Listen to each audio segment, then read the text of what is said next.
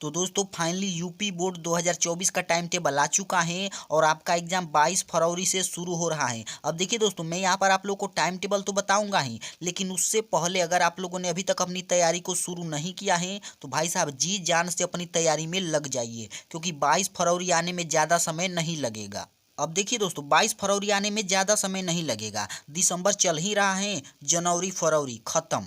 इसीलिए दोस्तों, अगर आप लोग अभी तक सीरियस नहीं थे तो इस टाइम टेबल को देख करके भाई साहब एकदम सीरियस हो जाइए, क्योंकि आप लोग का जो समय है वो बहुत ही कम बचा हुआ है। 22 फरवरी आने में एकदम समय नहीं लगेगा, आप लोग का ठंडी में ऐसे ही निकल जाएगा। अब देखिए दोस्तों, बात करते हैं यहाँ पर टाइम टेबल के बारे में। तो देखिए दोस्तों, 10वीं वालों का और 12वीं वालों का दोनों का पेपर 22 फरवरी को शुरू हो रहा है। पहला पेपर दोनों लोगों का हिंदी का होगा, लेकिन जो 10वीं वाले हैं उनका पेपर 8:30 बजे से लेकर के 11:45 तक होगा, और जो 12वीं वाले हैं उन लोगों का पेपर जो होगा वो शाम के 2 बजे से लेकर के 5:15 तक होगा। अब देखिए दोस्तों, अगला जो पेपर है वो है 27 फरवरी को 10वीं वालों का। वो किसका है?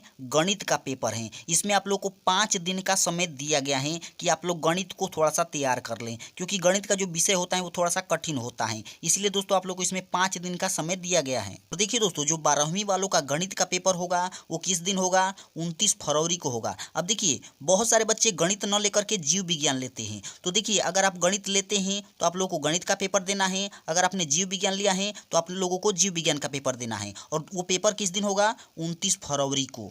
तो दोस्तों आप लोग को इस डेट को याद रखना है कि 29 फरवरी को अगर आपने गणित लिया है तो गणित का पेपर देना है, अगर आपने जीव विज्ञान लिया है तो जीव विज्ञान का पेपर देना है, और ये पेपर शाम वाली पाली में होगा। अब देखिए दोस्तों, अगला जो पेपर है वो 27 फरवरी के ठीक बाद 28 तारीख को है। किसका पेपर है? संस्कृत का पेपर। अब भाई साहब आप लोग यहाँ पर देख लीजिए, एक दिन का भी टाइम नहीं दिया गया है कि बच्चे एक दिन में तैयारी कर लें। इसीलिए दोस्तों आप लोग अपनी तैयारी को आज से ही एकदम जोरों शोरों से शुरू कर दीजिए। देख रहे हैं दोस्तों, 27 फरवरी के बाद सीधा 28 को संस्कृत पड़ गया है, 29 को विज्ञान पड़ गया है। ये 10वीं वालों का टाइम टेबल है। अब देखिए 12वीं वालों का क्या दिया गया है? तो 2 मार्च को होगा अंग्रेजी।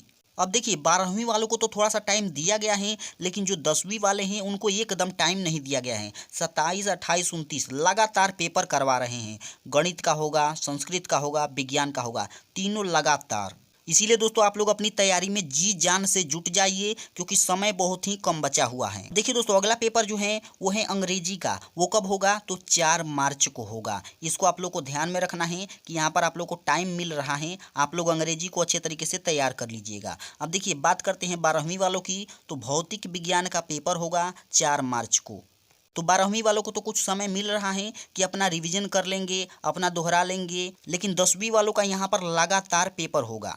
इसीलिए 10वीं वालों आप लोग सतर्क हो जाइए और अपनी तैयारी को जोरों शोरों से शुरू कर दीजिए। अब देखिए दोस्तों, अगला जो पेपर होगा वो होगा 7 मार्च को। किसका पेपर होगा? सामाजिक विज्ञान का। तो ये है दोस्तों 10वीं वालों का टाइम टेबल। अब देखिए रसायन विज्ञान का पेपर होगा 12वीं वालों का 7 मार्च को। तो 7 मार्च को आप लोग का पेपर खत्म हो रहा है। आप लोग को ध्यान रखना है।